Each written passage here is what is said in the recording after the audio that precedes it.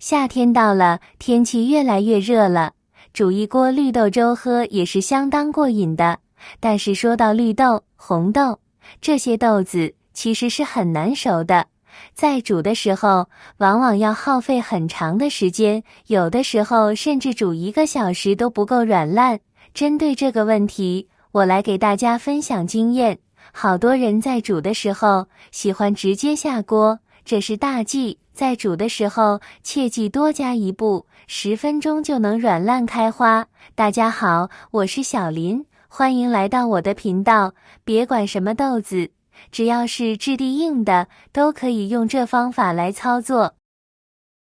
首先把豆子倒在水中来淘洗，淘洗2遍以后，把水分控干，把豆子上面的水分再用厨房纸蘸一下，蘸干以后倒在锅子里，紧接着开小火来炒，炒的时候用小火，并且全程用铲子不停翻炒，这样才能保证受热均匀不糊。炒到出现噼里啪啦的声响，马上关火，豆子炒一下，把豆子炒裂开以后，再来煮的话，马上就可以煮开花。这就是我所说的多加一步，豆子这样就处理好了。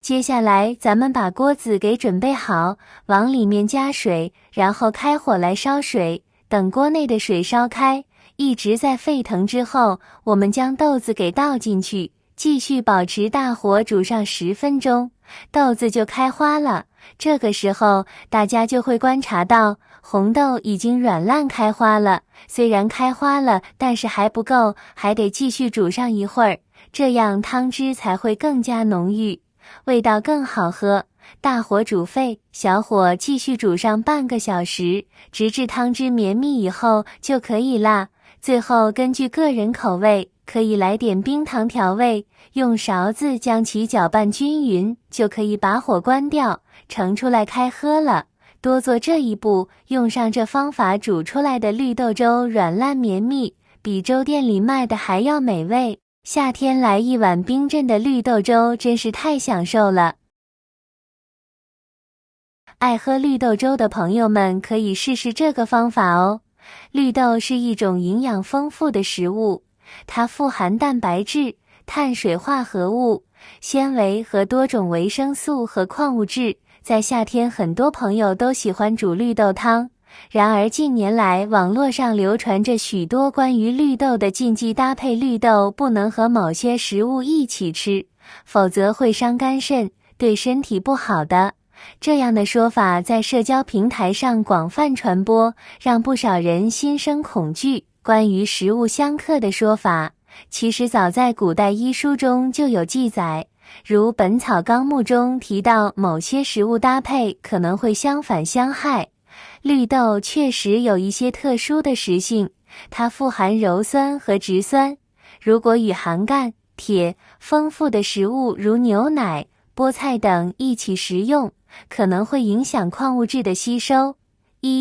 绿豆与螃蟹，一个来自田地，一个出自水中，看似风马牛不相及，却有着微妙的化学反应。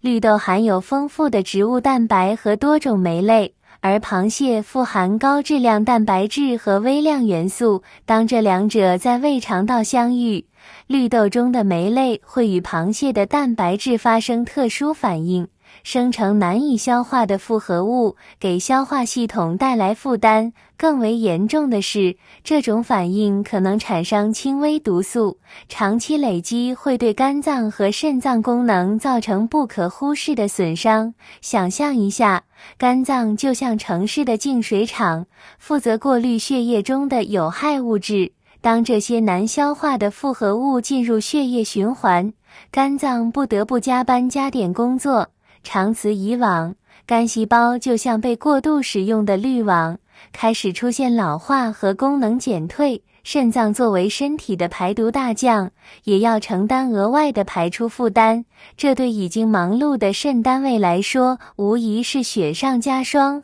喜欢吃螃蟹又爱喝绿豆汤的朋友们该怎么办呢？时间是最好的缓冲剂。建议两者食用间隔至少6小时以上，让前一种食物有足够时间在体内消化吸收，再摄入另一种食物。这就像是给交通高峰期设置了错峰出行制度，避免了交通拥堵，让消化道的车流能够顺畅通行。2. 绿豆和西瓜，在生活中也最好不要将绿豆和西瓜一起食用。绿豆和西瓜也是相克的，二者一起食用对于我们人体的健康也是不利的。夏天一到，大家不是大吃西瓜，就是拼命喝绿豆汤解热。其实瓜果类和绿豆汤都是很适合夏天的食物，但是两者最好不要同时食用。西瓜和绿豆都性寒，混合吃易引起肠胃不适、腹泻之类的。绿豆汤和西瓜最好间隔半小时服用。3. 绿豆和苦瓜，吃了大量清热解毒的凉性食物苦瓜，绿豆加上冰镇凉茶，当天还吃了不少油炸食品。凉性食物与油炸高热量食品一起摄入，就像是给身体装上了一把温度调节器，却让它失控了。凉性食物过量容易导致脾胃虚寒，而油炸食品则会加重胃肠负担，两者交织在一起，身体的代谢紊乱，消化系统运作不畅，最终导致腹泻和消化不良。王医生指出，这类食物组合对体质虚寒的人尤其危险，长期这样吃，甚至可能引发慢性胃炎。类似的情况还出现在一些爱吃水果的人群中，比如冬天里吃大量寒凉的水果，如西瓜、梨和猕猴桃。虽然这些水果富含维生素，但在寒冷的季节中大量食用，容易导致体内寒气积聚，影响脾胃功能。饮食不仅仅是食材的选择，还要考虑季节、体质等因素，避免寒热混杂，才能达到更好的健康效果。在探讨绿豆汤适宜饮用的人群时，我们需要进行综合考虑。首先，让我们来看看那些特别需要注意绿豆汤摄入量的人群。体质虚寒的人，绿豆性寒，对于那些平时手脚冰凉、怕冷、易腹泻的人来说，过量饮用绿豆汤可能会加剧他们的体质不适。虚寒体质的人在消化系统的蠕动能力相对较弱，容易出现腹痛或是消化不良的症状。这类人群在饮用绿豆汤时应该适量，并且最好在夏季温度较高时饮用，同时加入一些温和的调料，如生姜或红糖，以缓解绿豆的寒性。